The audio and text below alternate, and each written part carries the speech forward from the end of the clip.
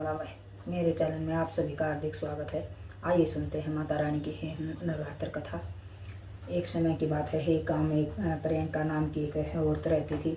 वह उसके 2 बच्चे थे। वह अपना घर का काम करके बच्चों को तैयार स्कूल में भेज के फिर वह काम पर जाती थी। वह एक फैक्ट्री में काम करती थी, मगर वह माता रानी की बहुत ही प्रिय भगत थी। वह पूरा काम निपटा कर फिर माता रानी की ही जोत जगाती और उससे प्रार्थना करती है, माता रानी मेरे ऊपर अपना कृपा बनाए रखना और मेरे घर परिवार पर आपकी दया दृष्टि बनाए रखना। और यह कहकर वह अपना पूरा घर का काम निपटा कर फिर वह काम पर जाती है। वहाँ काम पर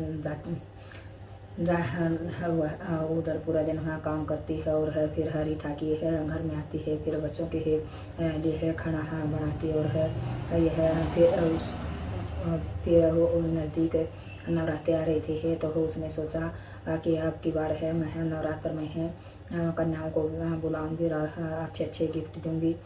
तो वह फैक्ट्री में जाती है। तो वहाँ जाने के बाद में फैक्ट्री का मालिक कहता है कि मुझे अफसोस है कि मैं आप लोगों से यह कह रहा हूँ, क्योंकि अब फैक्ट्री बंद करनी पड़ेगी।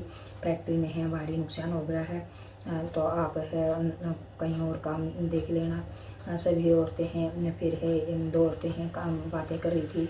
बोली कि अब क्या होगा, मेरे तो अभी बच्चों के सर्दियों के कपड़े खरीदने हैं। और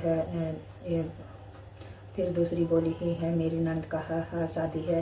मेरी सास ने तो साफ तौर पर बोला था कि तो मैं पूरी तरह पैसे लाकर मेरे हाथ में थमा देना। अब मैं क्या करूँगी, कहाँ से लाऊंगी।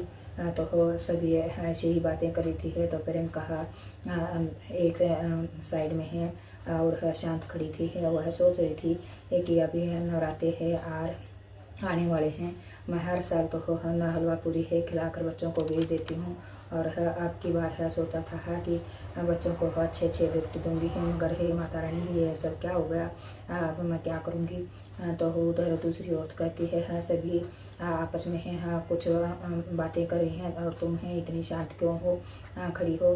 बोली है क्या बताऊँ, अब सर्दियाँ आने वाली हैं, बच्चों के लिए नए गर्म कपड़े खरीदने हैं और माता रानी के नवरात्रे आ रहे हैं। तो मैंने सोचा था कि बच्चों को अच्छा अच्छा गिफ्ट दूंगी। अब मैं क्या करूँगी, कहाँ से लाऊं। तो यह कहकर वह फिर मालिक ने उन्हें बुलाया और एक महीने की एक्स्ट्रा पेमेंट देकर उन्हें घर भेज दिया। वह घर आई है तो उसकी बेटी बोली है, आप इतनी दुखी क्यों हो, क्या बात है। बोली नहीं बेटी मैं दुखी नहीं हूँ, मगर तुम ऐसा करो, 1 कप चाय बनाकर मुझे दे दो, मेरे सिर में दर्द है। तो फिर लड़का और वह लड़की ही दोनों कहते हैं, माँ तुम चिंता मत करो, हम अभी लेकर आए हैं बनाकर आप बिल्कुल चिंता मत करना। तो फिर वह माता रानी की ही तस्वीर देख कर और कहती है, माता रानी मैंने क्या सोचा था और यह क्या हो रहा है।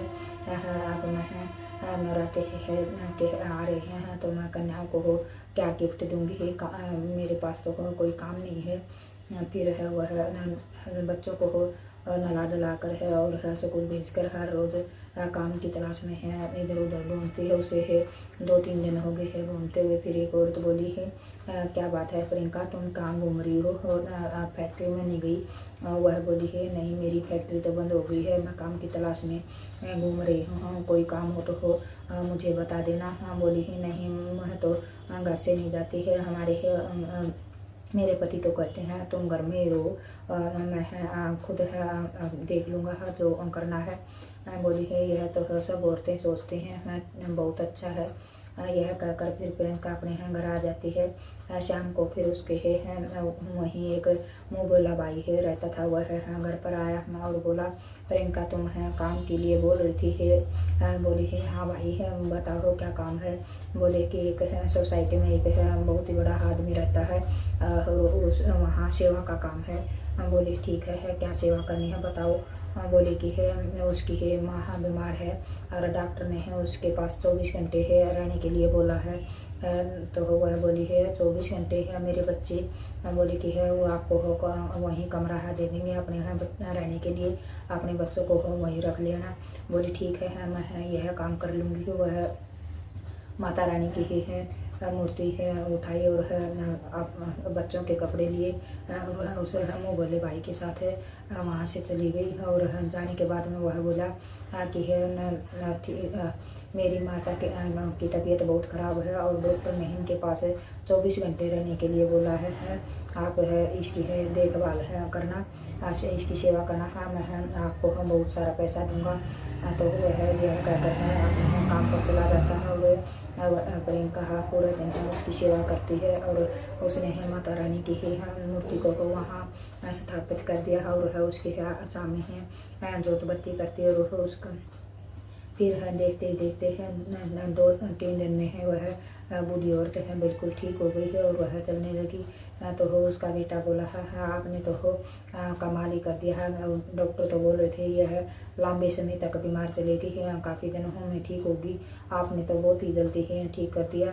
तो फिर वह बुढ़िया कहती है बेटी है तुम्हारे हाथों में तो जादू है, तुमने तो मुझे है पैरों पर चला दिया है। डॉक्टर तो अभी है बोल रहे थे काफ़ी दिन लगेंगे ठीक होने में, आपका हाँ बहुत बहुत धन्यवाद। तो फिर वह उसका बेटा कहता है अभी नवरात्रि आने वाले हैं, हम माँ ठीक हो गई है, हम गांव में हैं जाते हैं, गांव में जाना हाँ बहुत अच्छा लगता है नवरात्रों में। तो उस पैसे देकर है बोले कि हम गांव जा रहे हैं। प्रियंका को पैसे लेकर और अपने बच्चों को लेकर अपने यहाँ घर आ गई है और बोली है कि अब मैं बच्चों को बुलाऊंगी और उन्हें अच्छे अच्छे गिफ्ट दूंगी। 3 नवरात्रे तो हो गए हैं। फिर है उसके नवरात्रे पूरे होने पर है उसने नहा धोकर माता रानी की जोत जगाई और है बच्चों को बुलाने के लिए गई। तो वह बोली है नहीं मेरी बेटी तो अभी अभी बाहर गई है। फिर दूसरी के घर गई है तो उसने भी मना कर दिया। हाँ ऐसे है पूरी कॉलोनी में घूम गई है। तो किसी ने उसको के साथ अपने लड़की नहीं बेची।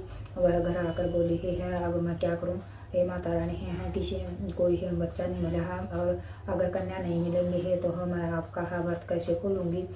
तो ऐसे ही फिर लड़का बोला है अगर है फिर हमें भी प्रसाद नहीं मिलेगा। तो अगर है आप कन्या को भोजन नहीं करवाएंगी तो आप व्रत नहीं खोलेंगी। बोली नहीं जब लग है कन्या का पूजन नहीं होगा तब तक मैं व्रत कैसे खोल सकती हूँ।